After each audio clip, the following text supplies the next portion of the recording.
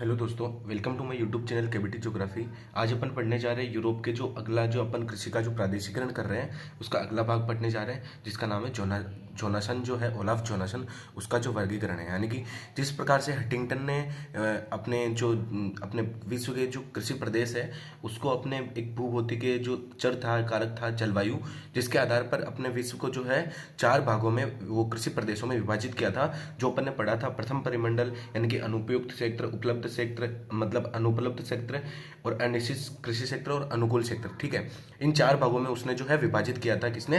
Huntington ने, जलवायु कारक के आधार पर। उसी प्रकार से अपन आगे बढ़ते हैं। जोनासन का वर्गीकरण है। जोनासन ने भी कृषि का प्रादेशिकरण करने के लिए अपना जो भूभौतिकीय चर है उसका उपयोग किया था। बेकर ने भी भूभौतिकीय उपयोग का जो है चर का उपयोग किया था। इसके बाद में जो विटेल्सी आता है ना, डरवेंट विटेल्सी, उसके बारे में अपन एकदम विस्तार से पढ़ेंगे, एकदम अच्छे से एक्सप्लेन करूंगा मैं आपको, वो एकदम बढ़िया से समझ में आ जाएगा, उसको आप में कभी दिक्कत नहीं आएगी। जब भी आप पढ़ोगे उसको एकदम से अच्छे से याद हो जाएगा उसी टाइम। ठीक है, तो जोनासन का वर्गीकरण अपन इस टाइम पढ़ने जा रहे हैं। तो जोनासन ने कृषि का प्रादेशिकरण करने के लिए भौतिक उपागम के जो भूभौतिक चर है उसका उपयोग किया था। यानी कि जोनासन ने भी, जो अपन ने पिछली बार पढ़ के आ रहे हैं, यानी कि agriculture system of the world में अपन ने कृषि का प्रादेशिकरण करने के लिए 2 उपागम पढ़े थे। पहला भौतिक उपागम और दूसरा आर्थिक सांस्कृतिक और सामाजिक उपागम। ठीक है, तो भौतिक उपागम के अंदर जो भी वैज्ञानिक भूभौतिक चरों का उपयोग कर रहे हैं, यानी कि जलवायु हो गया, मृदा हो गया, यानी कि आर्द्रता हो गया, तापमान हो गया, इन चीजों का जो उपयोग कर रहे हैं ना, वो भूभौतिक चर कहलाते हैं। और ऐसे वैज्ञानिक कौन कौन है? हंटिंगटन, अपने जोनासन, बेकर, ये सारे ऐसे वैज्ञानिक हैं जो भूभौतिक चरों का उपयोग कर रहे हैं। ठीक है, दूसरा आता है डरवेंट विटेल्सी, ये आर्थिक, सामाजिक और सांस्कृतिक चीजों का उपयोग करता है। ये इसमें भूभौतिक चर का भी उपयोग करता है। जैसे उसने जो 13 कृषि प्रदेशों में बांटा था, वो भी मैं आपको समझा दूंगा कि किस प्रकार से उसने 13 कृषि प्रदेशों में उसको बांटा था। ठीक है, तो जोनासन ने विश्व को 4 कृषि प्रदेशों में बांटा। ये क्वेश्चन पूछा जाता है कि जोनासन ने विश्व को कितने प्रदेशों में बांटा, कितने कृषि प्रदेशों में बांटा। हंटिंगटन ने किस आधार पर और कितने भागों में बांटा, मतलब विश्व को कृषि प्रदेशों में बांटा। यानी कि हंटिंगटन ने कितने प्रकारों में बांटा? 4 प्रकार में। किसके आधार पर? जलवायु कारक के आधार पर। और जो जोनासन है उसने कितने भागों में बांटा? 4 भागों में बांटा। ठीक है, तो इसने क्या बोला कि उष्णकटिबंधीय जीवंत प्रदेश, यानी कि उष्णकटिबंध जो एरिया है ना, उसको इसने जीवंत प्रदेश बोला।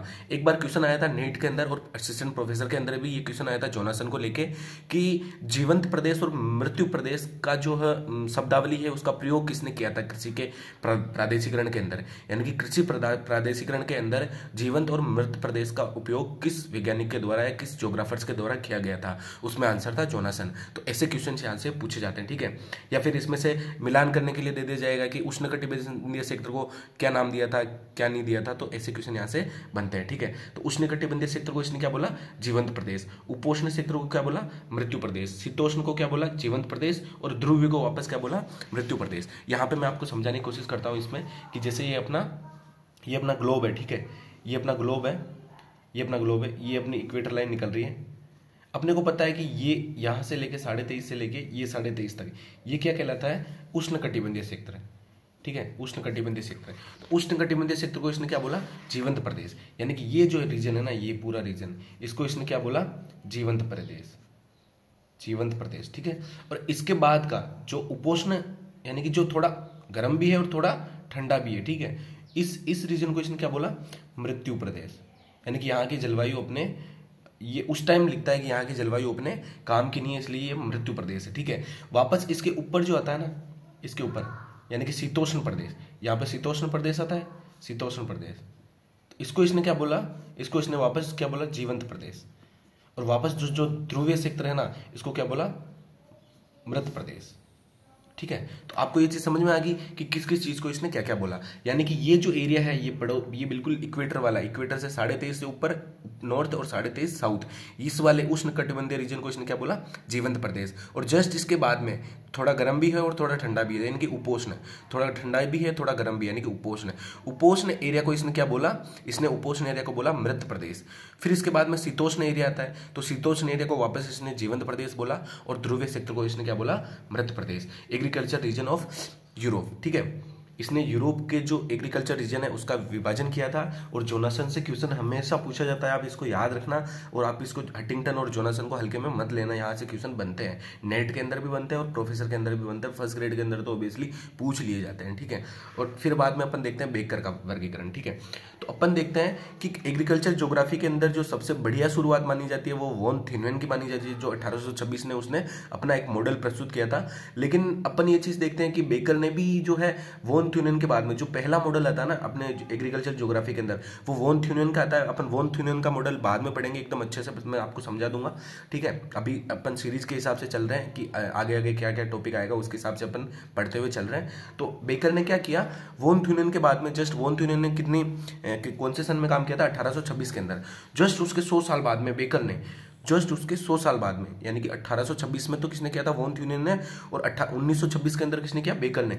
बेकर ने जो कृषि प्रदेश है उसका वर्गीकरण कर डाला, किसका किसका किया, यूएसए का, यानी कि अमेरिका का जो है कृषि का प्रादेशिकरण कर दिया। और अमेरिका को विटलसी के मतलब जो जिस प्रकार विटलसी ने बांटा था ना, उसी प्रकार इसने, मतलब पहले तो इसने बांटा था, बाद में विटलसी ने बांटा था। विटलसी ने 1936 में बांटा, जबकि इसने 1926 में बांट दिया था। तो इसने क्या किया, बेकर का वर्गीकरण, बेकर ने भी भौतिक उपागम के आधार पर जो यूएसए था, कनाडा था, कनाडा को एक सेपरेट मान लो, यानी कि यूएसए को 13 कृषि प्रदेशों में बांटा। तो ये क्वेश्चन पूछा जा सकता है, ऐसे क्वेश्चन पूछे जाते हैं। जैसे मैं आपको बताता हूँ ना, यहाँ पे जो वैज्ञानिकों ने नाम लिखे हैं ना, हंटिंगटन ने किसके आधार पर कौन से प्रदेश को कितने प्रकार के जलवायु प्रदेशों में बांटा, ओलाफ जोनासन ने कितने प्रकार में बांटा, बेकर ने किस प्रदेश का जो है जलवायु वर्गीकरण किया, यानी कि कृषि के आधार पर, ठीक है। तो किसका किया, यूएसए का। वोल्केनबर्ग ने किसका किया, एशिया का। जोन्स ने किसका किया, टेलर ने किसका किया, इसने ऑस्ट्रेलिया का किया, इसने साउथ अफ्रीका का किया। तो ऐसे अपने को क्वेश्चन पूछे जा सकते हैं, तो आप इसको याद रखना, ठीक है।